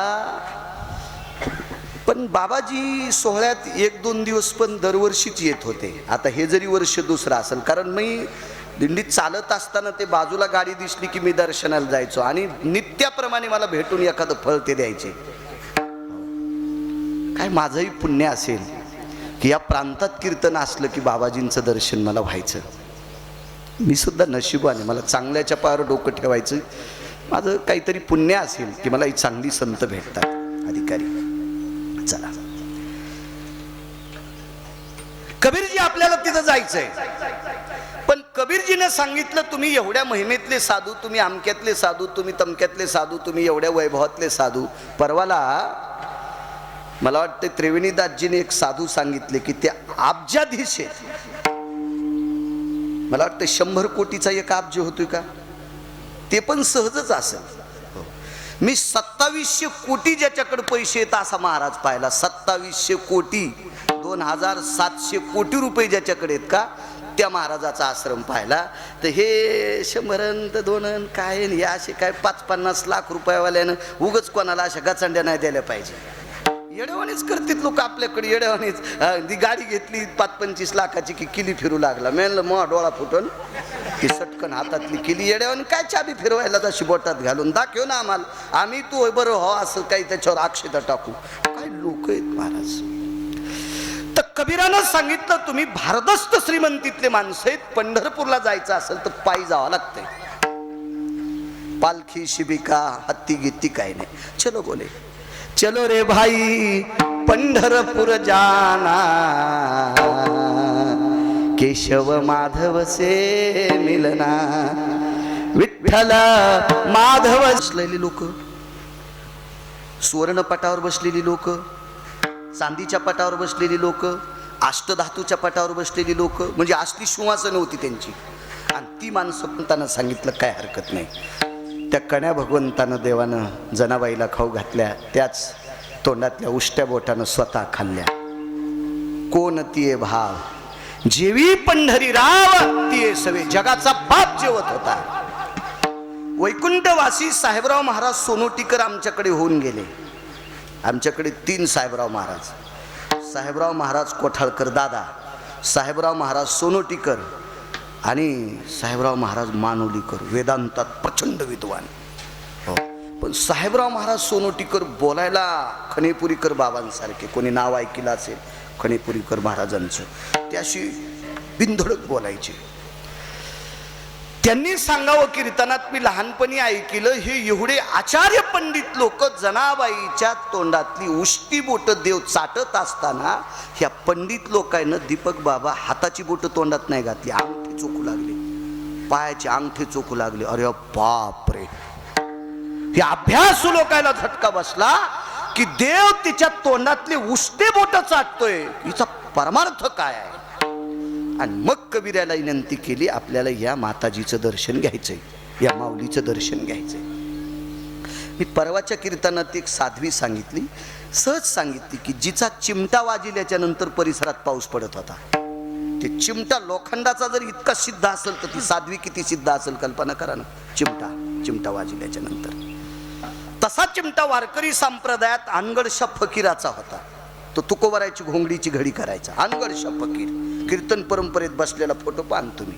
सिद्ध लोक होते, सिद्ध लोक होते, ते चिमटा होता. त्याच्यानंतर नाथ संप्रदायात काही लोकांकडे चिमटे होती. नाथ संप्रदायामध्ये कारण साधू लोकांच्या जवळची प्रत्येक वस्तू ही सिद्ध असते. पुराणामध्ये एका साधूच्या कमरेला गुंडाळायची छाटी पाहिली.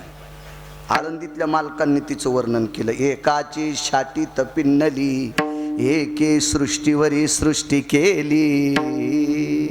याच्या पुढचं एका व्यक्तीचं वाक्य, काढोनी ढुंगाचे चिरगुट भिरकाविले नभी देख ते चतुर्दश भास्करा परिलेख तेजकांती. कोंबरेला गुंडाळायचं फडकं आकाशात फेकल्याबरोबर 14 सूर्य इतका प्रकाश पडतोय साधून स्पर्श केलेल्या वस्त्रात. एवढी मोठी ताकद. म्हणून धर्मानाम पवित्रो धर्म संन्यासो पवित्रा रक्तांबरं वृधिकायाम भीष्मतुल्यम समस्विता. हा पुरावा शास्त्राचा. अधिकारी लोक असतात.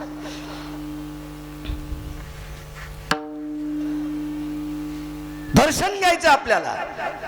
कबीरांनी सांगितलं अनुमती घ्यावी लागेल, परवानगी घ्यावी लागेल. पण साधू म्हणले ज्याला परवानगी घ्यायची त्याला घर आहे कुडाचं, आणि हे साधू सोन्याच्या पटावर बसणारी माणसं. मग कुडाच्या घरात राहणाऱ्याला इतकं काय बोलायचं. उड्याच हाणल्या मधात. पण उड्या हाणल्याबरोबर देवजीच्या हातात तोंडातलं खात होता तो हजर नाही. ते निघून गेला. तो अहंकारानं भेटत नाही. तिळ मात्र जरी होया अहंकार मेरुतो समान भार देवा. परमार्थात अहंकार नसला पाहिजे. मला इतकं वाचन, मला एवढं पाठांतर, मला असं येतंय. अरे जगात तुझ्यापेक्षा लय मोठाले सुंबळ्या येड्यावानी करी जाऊ नको. आपल्यापेक्षा जर कोणी मोठा नसला तर म्हणायचं मी मोठा आहे. जगात इतकी मोठी लोक आहेत पुरंदाजी. आपण काय आहेत? आपण चिल्लर माणसं आहेत. चिल्लर माणसं आहेत. निघून गेले. जनाबाईनं सांगितलं आमच्या मालकांचं घर मोडलं तुम्ही, घर मोडलं तुम्ही, घर मोडलं सांगितलं. कबीराने ते मिटून टाकलं. कबीरांनी दर्शन घेतलं. दुरून जनाबाई पाया पडू देत नव्हत्या. देवानं सांगितलं जनाबाईला कबीराचं हे वस्त्र विठ्ठल विठ्ठल म्हणते, राम राम म्हणते. आणि मग हे सगळे शास्त्री बसलेले. वेगात सांगतो आपला पुरावा. आणि कबीरांनी एकच विचारलं, माय एक बोलू का? तुमचं वर्णन करावं तितकं थोडं समुद्राची शाही केली, आकाशाचा कागद केला, पृथ्वीवर जेवढे वृक्ष आहेत त्याची लेखणी केली तरी तुमचं वर्णन संपत नाही एवढा अधिकार आहे. पण हा देव इतका तुमच्यासाठी पागल झालाय, याच्यासाठी तुम्ही केलं काय? जनी मन जोडी झाली विठ्ठलाची, दासी नामयाची, मनोनी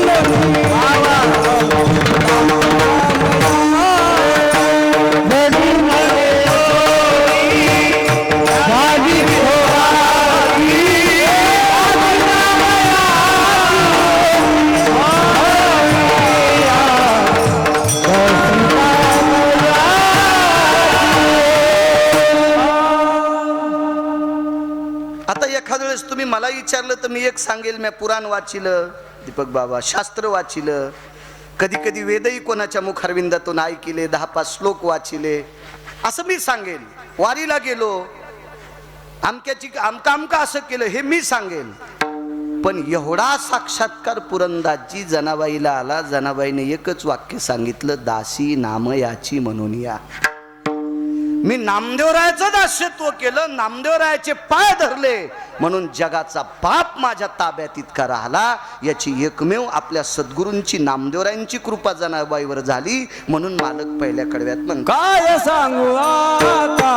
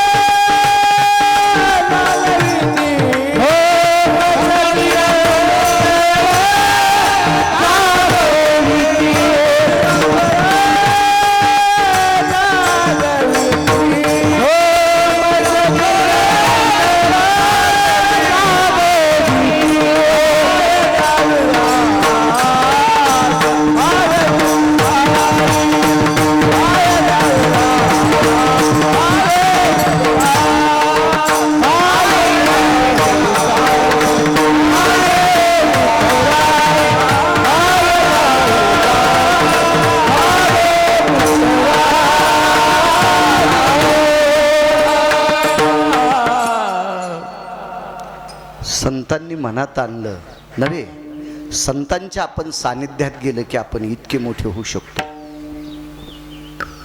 हे संतांचे उपकार आहेत. विश्वाच्या पाठीवर जे उपकार संतांचे आहेत का, ते उपकार आतापर्यंत त्या टोकाचे उपकार कोणाचेही नाहीत. संताचा उपकार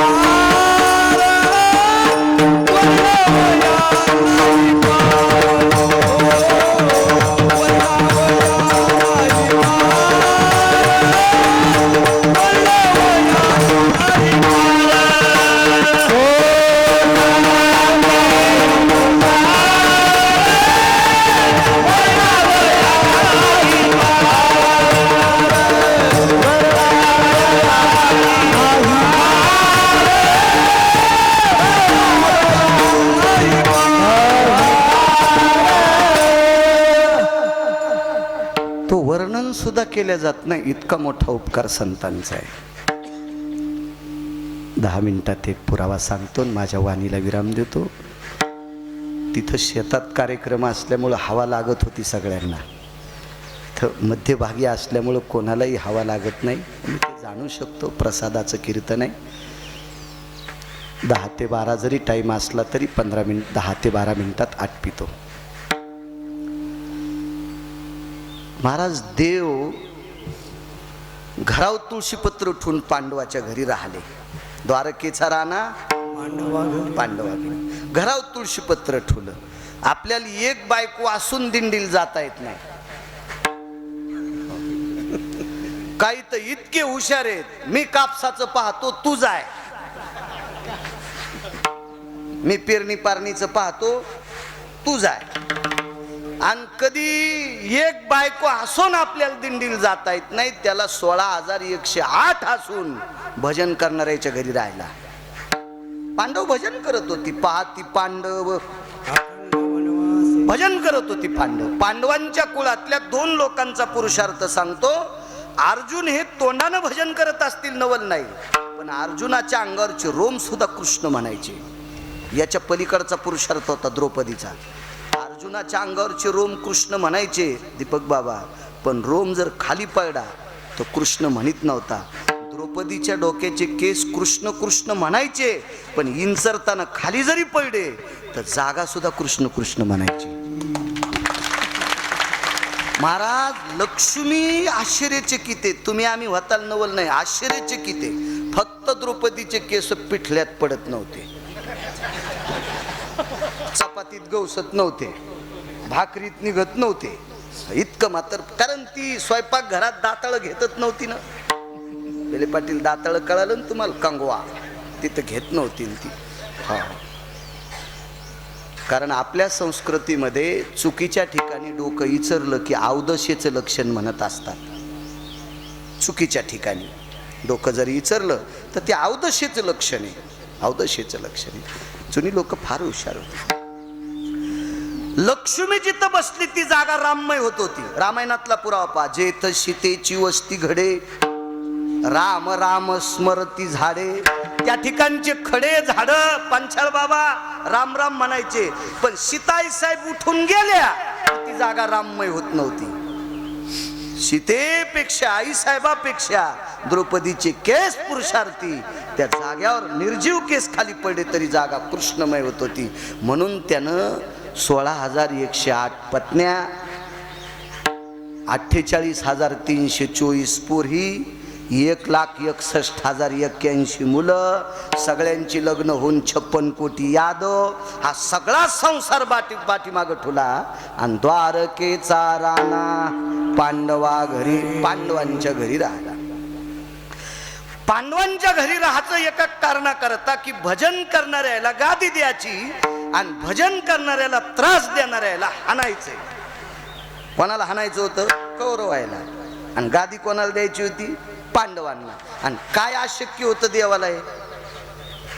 किती रट्ट्यात कौरव मारता आले असते, पण देवाला सुद्धा कधी मान वाकावं लागते अशी अधिकारी लोक कौरवाच्या पक्षात होते. त्याच्यापैकी भीष्माचार्य सामान्य भीष्म होते. महाराज यमाला 22.5 दिवस पलीकडे उभं करण्याची ताकद भीष्माची. देखोनी दक्षिणायन आती घोर, भीष्मे ऐकताची उत्तर, काळाशी सारोनी दूर स्वशरीर रक्षिले.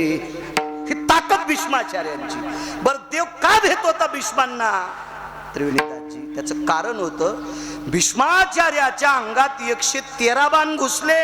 113 शरपंजरी पडले. दर्शनाकरता लोक बेजार करत होते. दीपक बाबा भीष्मान देवाला सांगितलं, देवा हे थांबव घरानं. आणि 10 दिवस थांबिलं.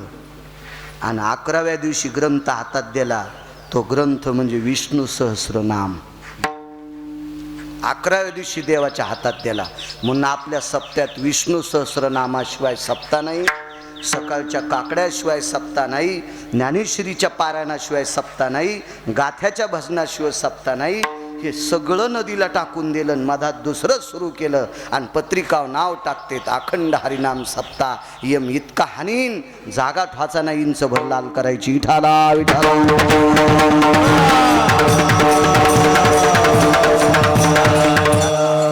महाराज गाथ्याच्या भजनाच्या 550 अभंगाचं आवर्तन झाल्याशिवाय रोज सप्ताहच नाही.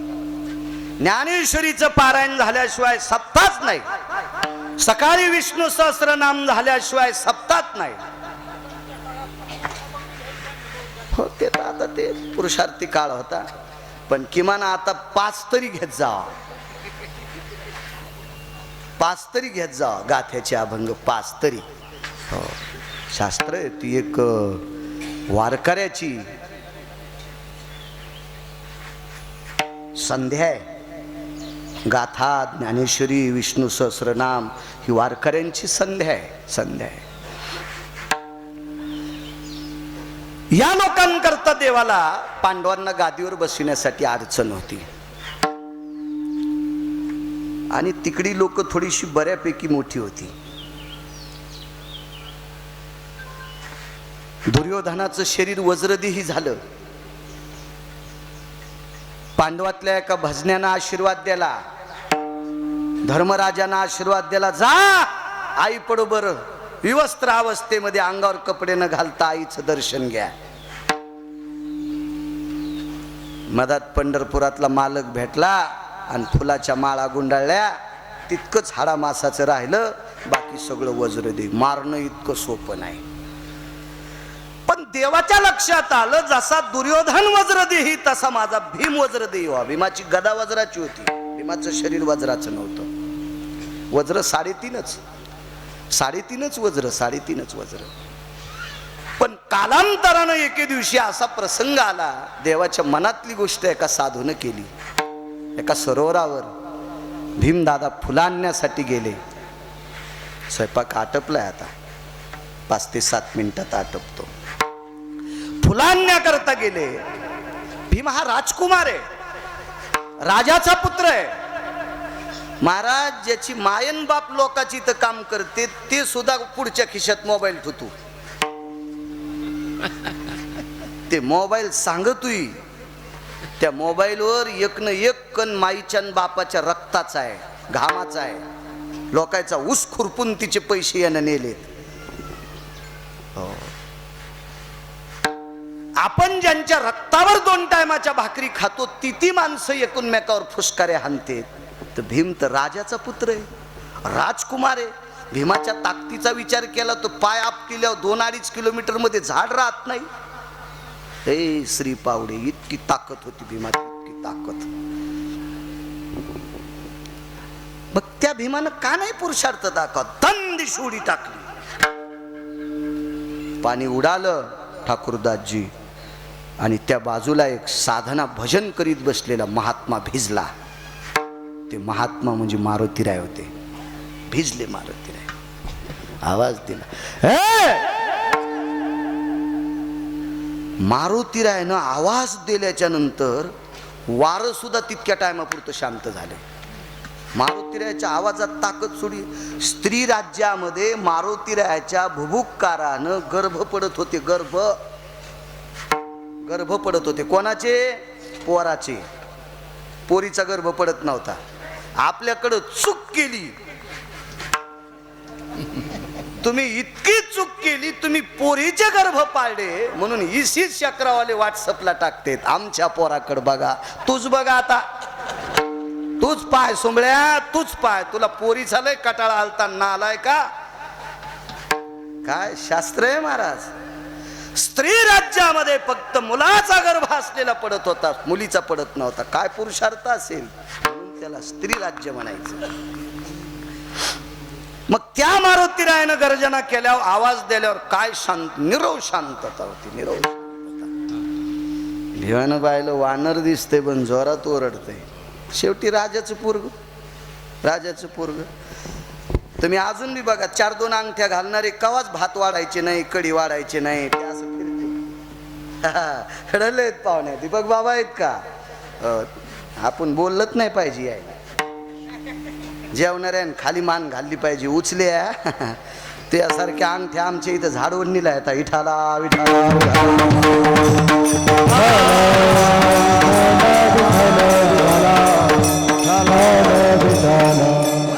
काही ठिकाणी वैभव दाखवायची पद्धत नसते. हातात अलंकार असणारी माणसं नुसते पंक्तीला फिरतील. सक्रातीच्या दिवशी दागिने घालणाऱ्या बायका नुसत्या कपाळ पुढं करत्या. तू या बोटान लावणं दुसरी कुकू का पॅरलीच झाला तुझ्या हाताला. आणि हिनं लावलाच तर कोणतीला कुंकू लावती माहितीये का? जिच्या गळ्यात जास्त दागिने तिला. गरीबाच्या बाईला कुंकू लावल्यावर का इचुडस तू का? पैशाचा गर्व संप्रदायात दाखवायचा नाही. अद्याप नाही दाखवायचा संप्रदाय.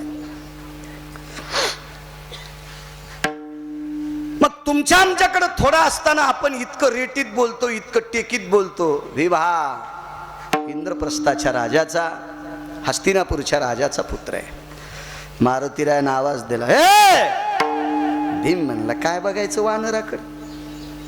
काय आपल्याला त्याच्याहून गरज आहे? पुन्हा एक उडी हाणली. मारुतीराय पुन्हा भिजले. मारुतीरायानं सांगितलं, गुण्या गोविंदानं एका शब्दात सांगतोय, तू असल्या उड्या हाणू नको. हे तीर्थ उड्या हाणण्यासाठी नाही, हे फक्त स्नान करण्यासाठी, इथलं तीर्थप्राशन करण्यासाठी, हे उड्या हाणण्यासाठी नाही. येड्यासारखं, म्हशीसारखं, हाल्यासारखं, हत्तीसारखं करू नकोस. तर भीमाने विचार केला, मला हत्ती म्हणायलंय, मला हाल्या म्हणायलंय, मला म्हैस म्हणायलंय. तिसऱ्यांदा पुन्हा उडी टाकली. मारुतीरायानं बसल्या बसल्याच सांगितलं, बाई जाय बर माय. मारुतीरायापाशी बाई होती. जाय बर म्हणले बाई. शेपटी होती. आणि आला शेपटी पाण्यात घुसली आणि भीमदादाच्या कमरेला येडा घातला. जुना शेतकरी जशी गाठ मारतो का, जुना असा फासाच टाकला कमरेला. आणि आला भीमदादाला वहड. भीमदादा गंजा असे झटके हाणाले, त्या शेपटीला गंजा झटके हाणाले. 3 किलोमीटर मध्ये झाड राहत नाही, एवढी ताकद पायात, गंजा झटके. पण त्या शेपटीचा एक रोम सुद्धा निघत नव्हता. महाराज, ती शेपटी इतकी पुरुषार्थी होती. जगातल्या 6व्या क्रमांकाच्या गुंडाला दाढीन मिशा जाळल्या होत्या. हनुमंत महाबळी दाढी रावणाची जाळली. रावणाचा पुरुषार्थ जाळलेली शेपटी ती सामान्य पुरुषार्थी असेल का? महाराज, या प्रांतातल्या एका पतिव्रतेच्या कपाळावरचं कुंकू पुसायची ताकद त्या शेपटीने केली. ती भुंगे मारले. चंद्रसेना सामान्य स्त्री असेल, जगातली प्रचंड विद्वान आणि पतिव्रता स्त्री. सूर्याला चुटकी वाजायचे, कोण माझं कुंकू पुशील, इतकी अधिकारी स्त्री. काय शेपटी असेल? शरीरावर आईचे कवळी ब्रह्मांड कवळी ब्रह्मांड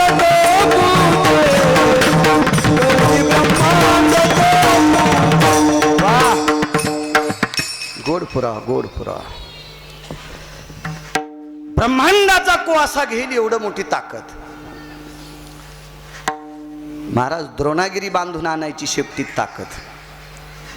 भीमदादाला अलीकडे घेतलं आणि समोर उभं केलं आणि शेपटीला सांगितलं, बाई याचं चांगलं स्वागत पर करू. थोडासा वरी घेतले भीमदादा आणि तंदिशी इतके आपले की जमिनीला छिद्र पडून भीमदादा कमरा इतके खाली आणि तळेल दिशी एकाला थांबली. तळेल दिशी भीमदादाला जमिनीत रुतवलंय याचा गर्व नाही झाला का? त्याला माहित होतं, मी पाय आपटिल्यावर झाड पडते, त्या अर्थी मला दाबले आपटिल्याच्या नंतर मी जमिनीत सहज घुसल. ते म्हणलेत नाही मारुतीरायाच्या ताकदीने मधात घुसलो, कारण राजाचं पोरग होतं ना, जरासा अहंकार होताच. पण लक्षात एकच आलं, अजून आगच राहत नाही, अजून गालाची आग जातच नाही. पण मारुतीरायाला दुसरं आश्चर्य वाटलं, इतका चपका हाणून बी याचे दात कस काय पडले नाही. मारुतीरायाला याचा आश्चर्य वाटलं की असं का.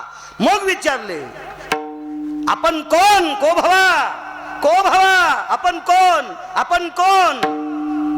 भीमानं सांगितलं, तोंडात मारली ना, आता जात विचारायला लागलंय, कुळ विचारायला लागलंय. मारुतीरायाने सांगितलं, इकडचा गाल शिल्लक आहे, पटकन कुळाचं नाव सांगा, आईचं नाव सांगा, बाबाचं नाव सांगा, मी आमक्याचा पुत्र आहे. अरे, पांडवांपैकी एक? हो. दुर्वासाच्या आशीर्वादाची लेकरं आहात तुम्ही. अभंग शपक असू द्या, पण अभंग आहे, गाणे म्हणल्यापेक्षा चांगला आहे ना. दुर्वासाच्या कृपादाने 5 मंत्र दिधले त्याने, 5 मंत्र दिधले त्याने, दुर्वासाच्या कृपादाने. 5 मंत्र, त्याच्यापैकी एक. वा, सहोदर लागतोस, भाऊ लागतोस. वाईचा आशीर्वाद होता. एकच विनंती करतो भीमराज, मला तुम्हाला आलिंगन द्यायचे. पण पुरंदास स्वामी भीमदादाच्या अंतकरणात एक शंकेची गाठ होती. एक ठोका आणला तर अजून चाळा ठणठण करतोय, गाल ठणठण करतोय, आणि आलिंगन दिलं तर मला तुराट्या मोड्यासारखं मोडीन. म्हणून आपल्याला काय आलिंगन द्यायचं नाही. मारुतीरायाने विनंती केली, मी अंजनी पुत्र आहे, शरीर जसं माझं वानरी असेल, पशुचं असेल, पण मी मर्यादा पुरुषोत्तम रामचंद्रांचा उपासक आहे, मी भगवान विष्णू परमात्म्याचा उपासक आहे. मी प्रत्यक्ष मारुतीराय शंकर आहेत, 11वे रुद्र आहेत, आणि वारकऱ्यातला मी शिरोमणी आहे, ते नाही म्हणायचे. पैठणच्या मालकांना सांगावं, येऊनी जन्मला मरकट, तो वैष्णवा माझी अतिश्रेष्ठ, हनुमंत म्हणावया कनिष्ठ, आईसा पापिष्ट कोण आहे. वैष्णव आहे मी, वारकरी आहे. भीमदादाच्या लक्षात आलं, वारकरी द्वेषी नसतात. जवळ गेले आणि मारुतीरायानं आलिंगन द्यायला सुरुवात केली. भीमदादानी तटस्थ भूमिका धरली, मोकळं शरीर सोडलं नाही, आणि मारुतीरायानं आलिंगन दिलं आणि मिठी सोडली. पहिले मामा झालं काय, सगळं अंग अंगाला लागलं नाही. ज्या ज्या ठिकाणी स्पर्श झाला ते दीपक बाबा अर्ध शरीर वज्राचं झालं. घरी येऊन रडू लागले. कोणापाशी? पंढरपुरातल्या मालकापाशी. माझं अर्ध शरीर वज्राचं झालं, ते मारुतीरायानं केलं. म्हणजे भीमदादा, मारुतीराय असा अर्धावट देणारी व्यक्ती नाही. तुमचं सगळं शरीर वज्राचं केलं असतं, पण तुम्ही काय केलं? काय नाही म्हणे, भीतीपोटी मी अंग चोरलो. दृष्टांत संपला. काय नियमावली असेल महाराज, कमरेच्या खाली गदा मारत नसतात, कमरेच्या खाली गदा मारत नसतात. पंढरपुरातल्या मालकानं भीमदादाला सांगून चुकीचं युद्ध करावं लागलं. दुर्योधनाच्या मांडीवर गदा मारायला लावली. आता दुर्योधनाला जर गदा भीमदादानं आधी हाणली तर दुर्योधनाला परत हाणायला काहीच भीती नाही. पण तरी दुर्योधनानं हाणल्याच्या नंतर यांची फुटतच नव्हती, कारण ही मारुतीरायाच्या कृपेनं वज्राची झालती. मारुतीरायाची कृपा झाली नसती तर भीमाच्या गदेनं दुर्योधन जसा मेला का, दीपक बाबा त्याच पद्धतीनं भीमदादाची सुद्धा इहलोकातली यात्रा संपली असती. पण तसं तर दुर्योधन अगोदर कमरेच्या खाली गदा मारणारच नव्हता, कारण गदेचा तो नियमच नाही. पण देवानं भीमदादाला नियम मोडायला लावला आणि दुर्योधनाच्या कमरेला मांडीला गदा मारायला लावली. कारण दुर्योधनानं त्या मांडीनं एक पाप केलं, पुरुषार्थाची लायकी नसताना. पुरुषार्थ शब्द कळाला ना तुम्हाला? पुरुषार्थाची लायकी नसताना आई समान भाऊजाईला मांडीवर बसविलतो, म्हणून ती मांडी पापी होती, ही फोडणं गरजेची होती. म्हणून देवानं भीमदादाला सांगितलं, हाना कमरेच्या खाली गदा. भीमदादा म्हणले, देवा हे चांगलं नाही, हे चूक असू द्या ना. मोठी भाऊजाई आई समान असताना ज्याला मांडीवर बसवायची अक्कल नाही, त्याच्या मांडीवर मारताना इतकं काय भ्याचं? असे 10-5 पुरावे दिले. तेव्हा भीमदादानं गदा मारली. पण मग मात्र दुर्योधनाच्या लक्षात आलं, बेट्या कारण भीमदादापेक्षा गदा युद्धामध्ये दुर्योधन कितीतरी पटीनं श्रेष्ठ होता, कितीतरी पटीनं. मग दुर्योधनानं इतक्या आवेशात गदा मारली, गदेचे तुकडे झाले. आणि मग भीमानं अश्वत्थामांना विचारलं, माझ्या मांडीवर गदा मारल्यावर मी चुरा झालो, पण भीमदादाच्या मांडीवर गदा मारल्यावर माझी गदाच फुटली, याचं कारण काय? अश्वत्थामांनी सांगितलं, त्याच्यावर मारुतीरायाची कृपा आहे. हे संतांचे उपकार आहेत. काय सांगू आता संतांचे उपकार, मज निरंतर जागविती विठोबार कुमाई.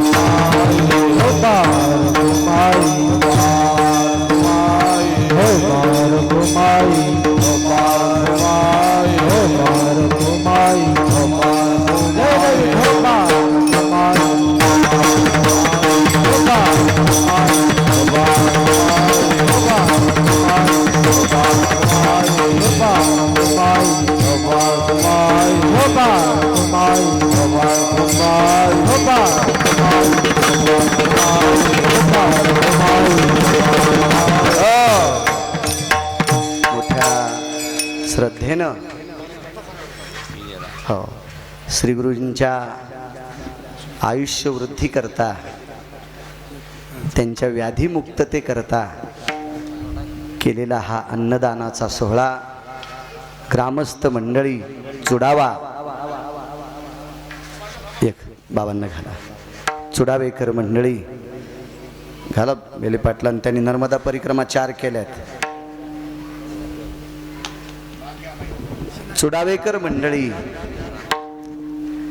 मोठ्या श्रद्धेनं, मोठ्या अट्टहासाने, भावयुक्त अंतकरणाने, आता एवढी पेरणी पारणीची दिवस आहेत, ह्या 4-5 दिवसातच माझा शेतकरी राजा सुखावला.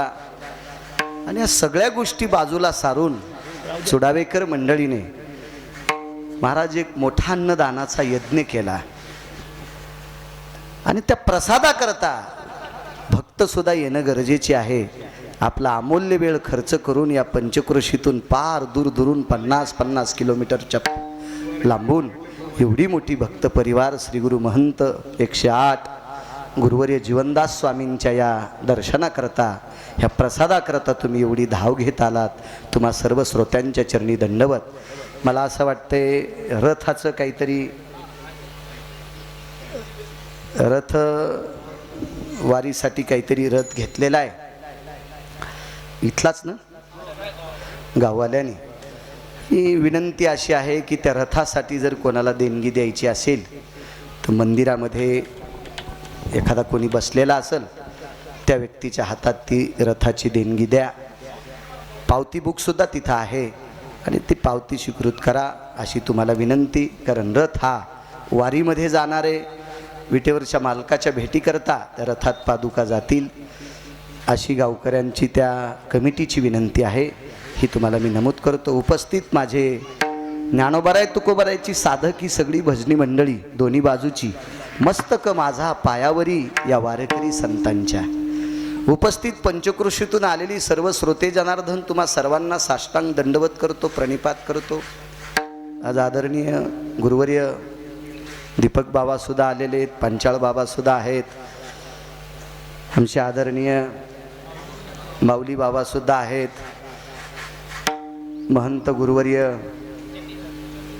चंडीदासजी स्वामीसुद्धा आलेले आहेत, आणि ही सगळी महाराज मंडळी, त्रिवेणीदासजी, ठाकूरदासजी, माझ्यावर अतूट प्रेम करणारे श्रीगुरु पुरंदासजी, संभाजीनगर जिल्ह्यामध्ये बऱ्यापैकी कीर्तनं त्यांच्यामुळे मला करण्याचा योग येतो त्या भागात, असे पुरंदासजी, साऊंड सिस्टीमवाल्यांना सुद्धा खूप खूप धन्यवाद.